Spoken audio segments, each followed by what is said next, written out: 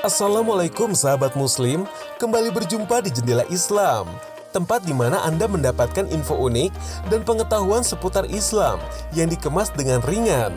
Sahabat muslim, ini dia Jendela Islam. Sahabat muslim, di belahan dunia ini banyak sekali tempat yang dapat menambah keimanan kita. Di antaranya adalah masjid-masjid yang tersebar di seluruh benua. Salah satunya adalah Masjid Agung Xi'an di Cina atau The Great Xi'an Mosque yang dibangun pada tahun 742 Masehi.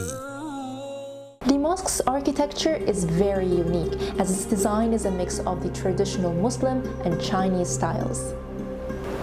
The interior of the mosque contains patterns of flowers and Arabic calligraphy carved into the wood.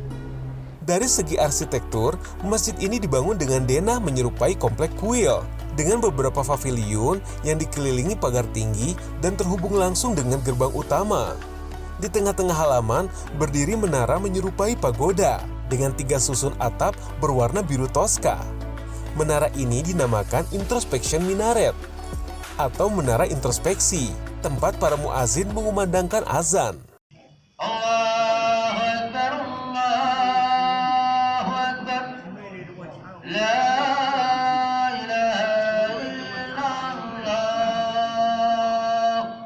Sahabat muslim, untuk memasuki area Masjid Agung Xi'an, Anda akan dikenakan biaya tiket masuk seharga Rp16.000. Wah, cukup murah ya sahabat muslim. Bagi pengunjung non-muslim, masih bisa diperbolehkan masuk dan melihat ke dalam masjid, namun tidak dapat masuk ke ruang doa. Masjid Agung Xi'an ini memang terbuka untuk wisatawan lokal maupun mancanegara, karena telah ditetapkan UNESCO pada tahun 1998 sebagai bagian dari UNESCO Islamic Heritage. Sahabat muslim, setelah lelah bertraveling rohani, Anda bisa beristirahat dan menikmati kuliner halal khas kota Xi'an yang terletak tak jauh dari area Masjid Agung Xi'an. Lokasi tersebut dikenal dengan nama Muslim Quarter Street.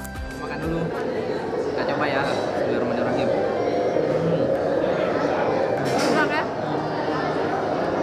Wow, dan ternyata di bawahnya ada dagingnya juga.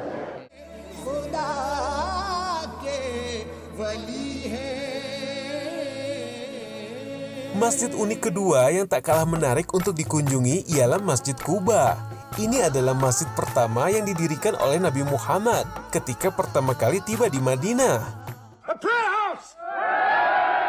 The first mosque of Islam here!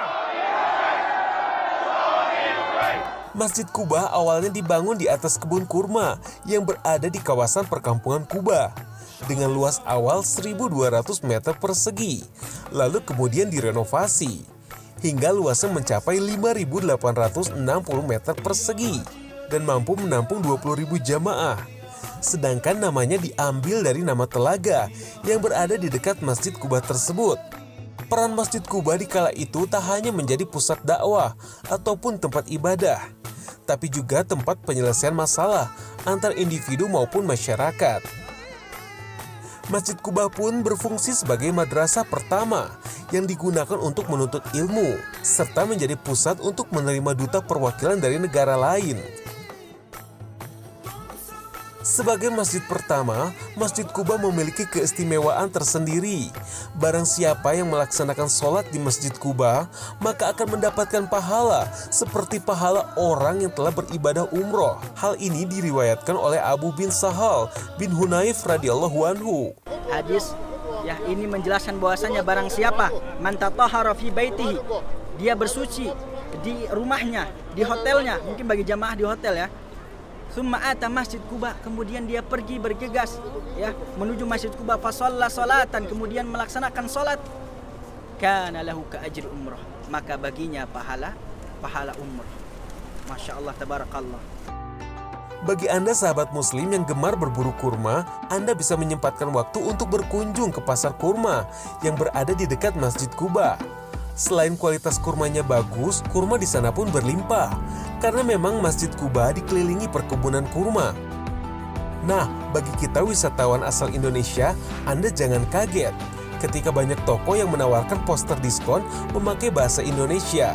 karena memang itulah salah satu marketing toko untuk mendapatkan pembeli dari Indonesia.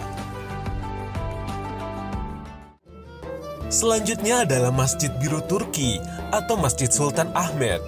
Masjid ini dibangun atas perintah Sultan Ahmed I di era Kekaisaran Utsmaniyah Turki.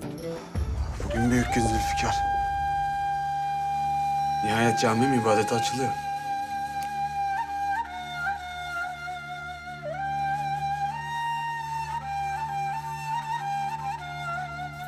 Di dalam pembangunannya, Sultan Ahmed memerintahkan arsitek yang bernama Sedefkar Mehmet Aga untuk membangun masjid. Dan Sultan berpesan agar biaya pembangunan masjid tidak perlu dihemat-hemat. Oleh karenanya, Sultan Ahmed I menginginkan menara masjid dibuat dari emas. Kata emas dalam bahasa Turki adalah altin, tapi sang arsitek memahaminya dengan alti, yang dalam bahasa Turki berarti 6. Sehingga jadilah sebuah masjid yang memiliki 6 menara, bukan memiliki menara emas. Namun Sultan Ahmed malah terpukau dengan ke-6 menara masjid itu. Ketika berkunjung ke sana, Anda tidak perlu khawatir tak menemukan tempat wisata lainnya. Karena di dekat Masjid Biru terdapat museum yang bernama Turkish and Islamic Arts Museum. Di sana Anda dapat melihat berbagai koleksi peninggalan Kesultanan Utsmaniyah, seperti etnografi, alat makan, sampai senjata. Kesultanan Utsmaniyah sendiri adalah kesultanan terakhir yang ada di dunia. Bagaimana sahabat muslim?